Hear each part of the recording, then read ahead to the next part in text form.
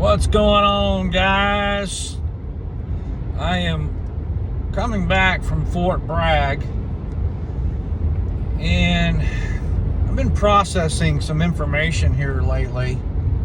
I came across a comment on social media that it sounds like to me the justification or the excuse for continuing to support President Trump is boiling down to this provocation, and that is he's generally a carnal Christian.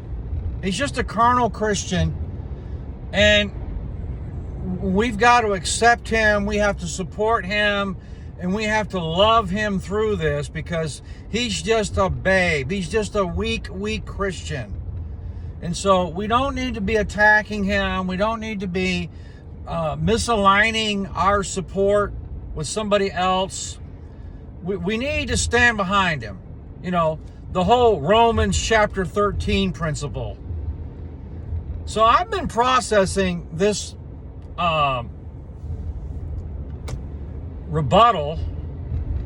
rebuke to anyone that says anything contrary, and I wanted to give it some time to steep. I wanted to give it some time to really dissect that argument, that the reason why we should continue to support Trump is because he's carnal, he's a babe in Christ, and at the end of the day, I mean, this is the argument, at the end of the day, he's done a lot more good than he's done bad. So I want to go back to a couple of comments and a history lesson to share with you that a lot of you Trump supporters, you really need to take a philosophy class, because what you're doing right now is called situational ethics, and that is the end justifies the means. So are you going to overlook, and I'm just going to throw up a hypothetical for you right now, are you going to overlook Trump committing a war crime as a babe in Christ? Oh yeah, he blew up some infrastructure in Iran, and he started World War IV. We're already in World War III. And Pakistan's now going to launch nukes in retaliation of what Trump's doing, because Trump wants to take out an entire civilization. Trump is delusional. He is living what I call a Herod complex or a Nero complex. And I've never seen Christians and conservatives so blinded by this concept that you're in denial. You refuse to look at the truth wholeheartedly, and you resort to either we're trolls, you know, you white hats out there, we don't have enough faith, we're not trusting the plan. I mean, whatever rebuttal that you're coming up with, instead of legitimately saying, wait a minute, what's wrong with a critical opinion? What's wrong with a critical opinion? Are we just supposed to blindly support the president? Is that what you're saying? Just blindly support the president. This is who we voted for. If that's your argument, I can tell you right now, the President Trump that's serving the White House right now in April of 2026 is not who I voted for. Okay? This guy is on MSNBC bragging about how he would have won Vietnam in 30 days. The guy is living in grand delusion. That's where he's at. Grand delusion. And I'm not a doctor, and I don't claim to know what's wrong with Trump's mental faculties right now. But you got MTG now arguing, rightfully so, that he needs to be removed from office. You know, 25th Amendment. So, I don't want to make this video about what we should do about Trump. I want to make this video about what we should do about y'all, you blind Trump supporters. So this is really what I've processed coming back from Fort Bragg today. I've come to this conclusion, and I want to know if I'm wrong. Please challenge me if I'm wrong.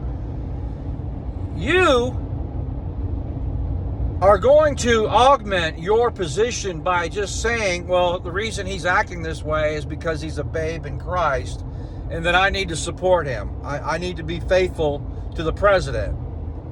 Do you understand? There's argument number one. Do you understand there is nothing in the Constitution that says you have to be supportive to the president? There is nothing in the Constitution. Okay? As Americans, we don't swear an oath to our allegiance to a president. Okay? You got that? Conservative, patriot, and you guys are the same guys that want to fly the flag and talk about patriotism, and yet you want to create an oligarchy or a Nero mindset? Our obligation is to the Constitution of the United States, not to the president. Okay? That's argument number one. So for all you people out there that are still waving the Trump flag and rebuking me because I'm off the Trump train right now because the guy's crazy, understand that. I didn't swear an oath to the president. I swore an oath to the Constitution. Got it? Number two, your legitimacy, if you have any, is being shrouded by not only immaturity and just mental weakness, and I don't want to get into a name-calling thing. I'm not trying to be derogative or insulting. I'm not trying to tear you down as a person. But what I'm trying to tell you is that you're living a facade behind the fact that it's much easier for you to accept Trump as a babe in Christ as your excuse than it is to admit that you're wrong. So much easier just to chalk it up to the situational ethics. Well, it's the better of two evils. He's done a lot of good versus bad. You know, you've got a little tally sheet right now and you're keeping score. And as long as he outweighs, you know, the bad at the end of his tenure, well, then he's done pretty good. You know, what's the alternative, right? You see where I'm going? Instead of somebody slamming on the brakes right now, I mean, let me say something to you, okay? You babe in Christ. If you find out that you're going in the wrong direction, okay? Like I'm traveling east right now. If I was to find out by this next exit up here that I'm going in the wrong direction and I should be going west, do I just sit back and go, well, I know that's not really the direction that we wanted to go in, but, you know, I'm on this path right now, and instead of me admitting that I'm wrong, instead of me, you know, rebuking that pride and making an about face, a U-turn in my thought process, I'm just going to go with, you know, the status quo and damn the torpedoes, right? Damn the torpedoes. And keep in mind, I'm not being insulted when I use this word, but your ignorance over your inability to accept reality and that you're wrong, it's a form of pride. You don't want to admit you've made a mistake? Is that what it is? Your blind allegiance to a Trump, to a president right now? Your blind allegiance to someone who's making very bad decisions? Somebody who's had to be escorted out of the Situation Room? Somebody who wants to role play the launch codes right now? You're okay with that? No. Make an about face, guys. Make a U-turn. You're going in the wrong direction. It's time to put on the brakes. It's time to turn around, cross the median, and realize that you've made a mistake. It's that simple. I've realized it. I realized it in my walk with God. And I made an about face, and I said, hey guys, I've made a mistake. I'm not the one who made the mistake, but I'm recognizing that my continued blind allegiance under Romans chapter 13 or 1 Corinthians chapter 3, that he's a babe in Christ, that he's carnal, that he hasn't matured, he hasn't been discipled. You do realize that his spiritual advisor is in a cult? He's got a spiritual advisor. She's in a cult. That woman wouldn't know God if he hit her upside the head.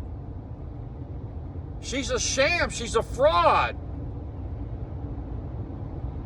No, I would say, and this is my opinion, I can't prove it, but I would say no on many levels, that if that is the argument and that is the position that the white hats want me to take right now, that just to accept that he's a carnal Christian, I'm going to go a step further. My Bible says you can judge a man by his fruit. Okay? Trump has never produced any fruit to testify or to solidify that he's a Christian. Now, you guys need to read Matthew chapter 13 and study the wheat and tares. The Bible talks about many counterfeits. Many claim to have known him. Jesus is going to say, "Depart from me, you workers of iniquity. I never knew you." It's because somebody makes a claim that they believe in God doesn't make them a Christian, okay? The devil believes in God, okay? The devil believes in God. So I'm not buying this, guys. I'm not buying this. I hope that helps. Till next time, be safe.